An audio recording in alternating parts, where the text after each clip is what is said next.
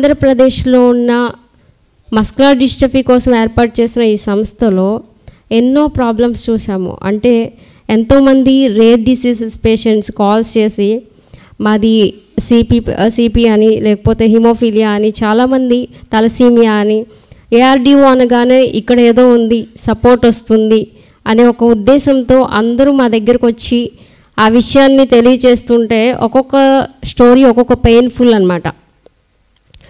Disease అనేది rare అయినప్పటికీ ఈ ప్రాబ్లం మాత్రం పర్మనెంట్గా ఉండిపోతుంది. అంటే డైలీ యాక్టివిటీస్ కూడా చేసుకోలేని పరిస్థితిలో ఉంది. డైలీ ఫైట్ చేయాలన్నమాట. ఆ రోజు ఫ్రీడమ్ ఫైటర్స్ ఎలా అయితే మన దేశం కోసం వీరులుగా పోరాడి మనకి ఈ స్వాతంత్రాన్ని ఇచ్చారో, రేర్ డిసీజ్ పేషెంట్స్ కూడా డైలీ వాళ్ళ ఫ్యామిలీస్తో, సమాజంతో ప్రతి చోట ఎదుర్కోవాల్సిన ప్రాబ్లమ్స్ అన్నీ ఒక గుంపుగా చేరిస్తే అక్కడ సొల్యూషన్ ఇంక అనిపించలేదు. సో దీనికి ఏం చేయొచ్చు అనేది మేము ఆలోచిస్తూ ఉన్నాము. తర్వాత దాన్ని ఒక స్టేజ్కి తీసుకొచ్చి ఒక ప్లాట్ఫామ్గా ఏర్పాటు చేసి అందరికీ ఇన్స్పిరేషనల్గా ఉంటూ ఇది సొల్యూషన్ కాదు అని తెలియచేయాలి అనుకొని ఏఆర్డిఓని స్థాపించాము. 2019లో ఏర్పాటు చేసిన ఈ సంస్థలో 500 ఫ్యామిలీస్ ఉన్నారు. వాళ్ళందరికీ డయాగ్నోస్ చేపిస్తూ, వీల్ చైర్స్ ఇస్తూ, డ్రగ్స్ గురించి తెలియజేస్తూ, బయోఫోర్ లాంటి వాటితో కొలాబరేట్ అయ్యి అన్ని విషయాలు తెలియజేస్తూ ఉన్నాము. అండ్ ఎప్పుడు చూసినా వాళ్ళకి ఏంటంటే సమాజంలో రావడానికి భయం, ఏమనుకుంటారో, లేకపోతే ఈ ప్రాబ్లమ్ని ఒక అంటువ్యాధిగా అనుకుంటారేమో అనే ఒక పెయిన్గా ఆలోచించి బయటకు కూడా రాలేని పరిస్థితిలో ఉన్నారు. అండ్ ఒక ఫ్యామిలీలో వచ్చేసి ఒకరు కాదు, 2 లేక 3 కూడా ఉన్నారు. మనం ఒక ఫీవర్ వస్తేనే ఒక్కరోజు పడుకుండిపోతే ఇంకా మొత్తం నా లైఫ్ అయిపోయిందిరా అనే సిచ్యువేషన్లో ఉన్న మనం ఎగ్జాంపుల్గా ఒక రేర్ డిసీజ్ ఎఫెక్ట్ అయిన తర్వాత లైఫ్ లాంగ్ నీ పరిస్థితి ఇదే అని తెలియజేసినప్పుడు అది చాలా పెయిన్గా ఉంటుంది. ఎందుకంటే పోలియో లాగా ఒక కాన్స్టెంట్గా ఉండదు. ఆ పోలియో వచ్చినప్పుడు ఎగ్జాంపుల్ వాళ్ళు కొంచెం ఇక్కడి నుంచి అక్కడికి జరగడమో లేకపోతే కొంచెం సర్వైవ్ అవ్వగలరు. కానీ ఒక రేర్ డిసీజ్ ఎఫెక్ట్ అయిన తర్వాత వాళ్ళ లైఫ్ మొత్తం బెడ్ రిడన్ అయిపోతుంది అనే ఒక నిజాన్ని తట్టుకోవడం చాలా కష్టం. మస్కులర్ డిస్ట్రఫీలో ఒక 9 టైప్స్, అంటే చాలా టైప్స్ ఉన్నాయి. 9 టైప్స్ ప్రైమరీగా బయటికి తీస్తే డిఎండి, ఎల్జిఎండి, బిఎండి ఇట్లా టైప్స్ని బయటికి తీస్తే ఒక్కొక్కరిది ఒక్కొక్క స్టోరీ. దానిలో డిఎండి అనే ఒక కేసు గురించి ఎక్స్ప్లెయిన్ చేయాలంటే, పేరెంట్స్కి నిజం చెప్తే 20 years మీ బాబు బ్రతుకుతాడు అనే ఒక నిజాన్ని చెప్పామనుకోండి, అది నిజమని కాదు, అది ఫ్యాక్ట్ అనమాట. ఎందుకంటే సరైన గైడెన్స్ లేదు, అవేర్నెస్ లేదు, ఈ ప్రాబ్లంకి సొల్యూషన్ లేదు. అలాంటప్పుడు మేము ఆర్గనైజేషన్ స్టార్ట్ చేసిన తర్వాతే ఒక 30 చిల్డ్రన్ చనిపోయారు. అది ఏ తల్లిదండ్రులు జీర్ణించుకోలేరు అనమాట. ఎందుకంటే ఎవరైనా పిల్లల్ని ఎందుకు పెంచుతారు? డెవలప్ చేసి, చదువు ఇచ్చి, లేకపోతే ఒక మంచి స్టేజ్కి తీసుకెళ్ళాలి అని చెప్పి పిల్లల్ని హ్యాపీగా పెంచుతారు. కానీ నీ లైఫ్ ఇలా అయిపోతుంది, నువ్వు ఫస్ట్ నడకతో ప్రారంభమైన నీ జీవితం నడుస్తూ నడుస్తూ పడిపోతావు, అక్కడి నుంచి లైఫ్ వీల్ చైర్కి వెళ్తుంది, వీల్ చైర్ నుంచి బెడ్ రిడన్ అయిపోతావు, తర్వాత డెత్ అయిపోతావు అని ఏ ఒక్క పేషెంట్కి అన్ని విషయాలు అవన్నీ తెలుసు వాళ్ళకి. సో ఈ తెలిసినప్పుడు ఆ పేరెంట్స్ కానీ, ఆ పిల్లలు కానీ, ఆ స్ట్రగుల్ అయ్యే ఫ్యామిలీస్ డిఫరెంట్గా ఉంటాయి. ఈ సమాజంతో ఇమడలేరు, సపరేట్గా ఏది చేసుకోలేరు అనమాట. సో చేయాల్సిందంతా ఇదంతా ప్రాబ్లమ్స్ ఒక ఎత్తు అయితే, చేయాల్సింది ఏంటంటే ఎక్కువగా అవేర్నెస్ తీసుకెళ్ళి ఉన్నన్ని రోజులైనా హ్యాపీగా ఉంచడానికి ఏదైతే కావాలో అది ఏఆర్డిఓ ప్రొవైడ్ చేస్తుంది.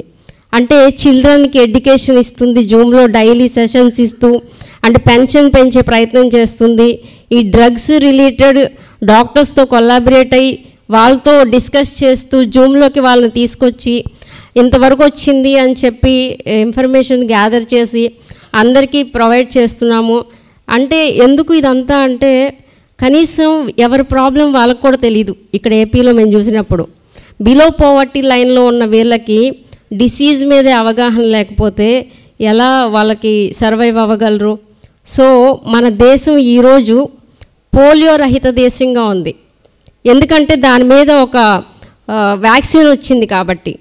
సో రేర్ డిసీజెస్ కూడా every category, I mean CP కానీ ఇంకా 7,000 ఏదైతే ఉందో దేశం మొత్తం కూడా ఎవరి వేలో వాళ్ళు ఫైట్ చేస్తే 100% సొల్యూషన్ వస్తుంది. కానీ ఇక్కడ జరిగింది ఏంటంటే భయపడుతూ నాకెందుకులే అనుకోనో, అవేర్నెస్ లేకో, దీనికి ప్రాపర్ గైడెన్స్ లేక, ప్రివెన్షన్ కానీ ఏం తెలియదు ఎవరికి కూడా, పేషెంట్స్కి ఫ్యామిలీస్కి. ఇదొక పెద్ద మానసిక ఒత్తిడికి గురి చేస్తుంది అనమాట పేషెంట్స్ని ఫ్యామిలీస్ని కూడా. ఎందుకంటే ఎవ్రీ ఇయర్ కూడా మేము 2-3 ఈవెంట్స్ పెడుతూ ఉంటాం ఆంధ్రప్రదేశ్లో. హెల్త్ మినిస్టర్ని కలిసాము అండ్ ఎంపీలని ఎమ్మెల్యేలని అందరినీ కలిసాము. రిలేటెడ్ ప్రాబ్లమ్స్ చెప్పాము. కొంతమంది అయితే మెడిసిన్ లేదు కదా ఏం చేస్తారు అనే పాయింట్స్ కూడా వచ్చాయి. మెడిసిన్ లేకపోవచ్చు కానీ లైఫ్ స్పాన్ పెంచడానికి ఫిజియోథెరపీ సెషన్స్ ఇవ్వచ్చు, సైకలాజికల్గా వాళ్ళకి స్ట్రాంగ్ ఇవ్వచ్చు. నేను ఒకటి నమ్ముతాను ఏంటంటే అది మన పాజిటివ్నెస్ అనేది ఖచ్చితంగా మనల్ని బ్రతికేలా చేస్తుంది. ఈరోజు నేను మీ అందరి ముందు ఇట్లా మాట్లాడుతున్నాను అంటే ఒకానొక టైంలో నాకు నిజంగా చనిపోవాలనిపించింది.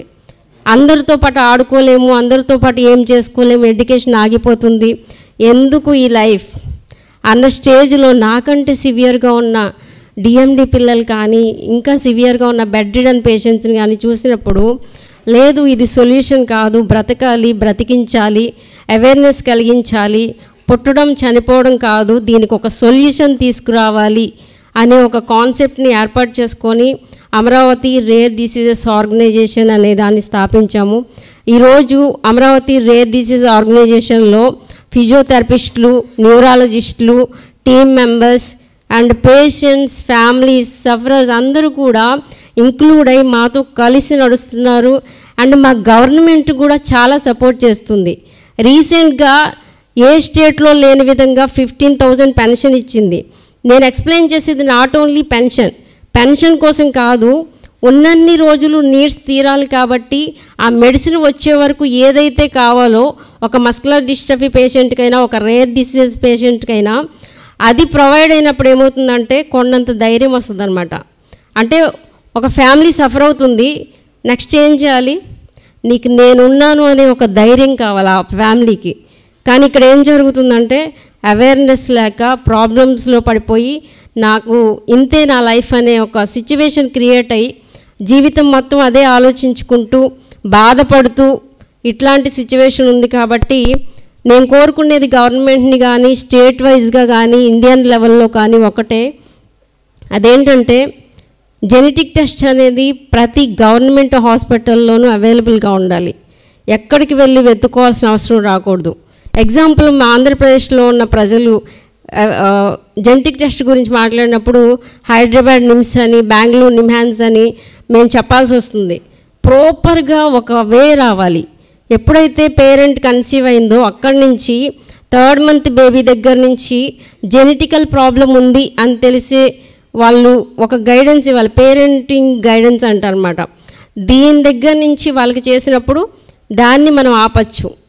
ఎందుకంటే అలాంటి జెనెటికల్ ప్రాబ్లం ఉన్న వాళ్ళని బయటికి తీసుకొచ్చి ఇలా ఇబ్బందులు పడే కంటే ఇది ముందుగానే కనిపెట్టినప్పుడు ఆ ప్రాబ్లమ్స్ అన్నీ ఆగిపోతాయి ఖచ్చితంగా. సో వచ్చిన తర్వాత యాక్సెప్ట్ చేసి దాన్ని ఎలా ముందుకెళ్ళాలి, ఎలా సర్వైవ్ అవ్వాలి, ఎలాంటి వాటిని మనం ముందుకు తీసుకురావాలనేది మాట్లాడుకుంటూ అందరూ కలిసి వర్క్ చేసినప్పుడు 100% దీనికి సొల్యూషన్ వస్తుంది. Mutyala Ramaiah sir, thank you sir. నిజంగా ఐఓఆర్డి గురించి విన్నప్పుడు 2005 నుంచే ఇది ఉందని నాకు నిజంగా ఐఓఆర్డి తెలీదు. ఓఆర్డిఐ తెలుసు కానీ ఐఓఆర్డి తెలీదు. నిజంగా ఇది ఫైట్ చేయడం, నీతి ఆయోగ్ దగ్గర నుంచి కూడా, ఢిల్లీ ఎయిమ్స్ దగ్గర నుంచి కూడా ఒక సొల్యూషన్ తీసుకురావడానికి మీరు చేసే ఈ ప్రయత్నం నాకు చాలా బాగా నచ్చింది. అండ్ ఆంధ్రప్రదేశ్లో కూడా ఒక సొల్యూషన్ తీసుకురావడానికి మేము ఒక ముందడుగు వేసాము. అందరం కలిసి పేరెంట్స్ కానీ, పేషెంట్స్ కానీ, గవర్నమెంట్ హాస్పిటల్స్లో డాక్టర్స్ కానీ, నర్సెస్ కానీ అందరూ కూడా అవేర్నెస్ కలిగించుకొని దీన్ని ముందుకు తీసుకెళ్తే 100% సొల్యూషన్ వస్తుంది.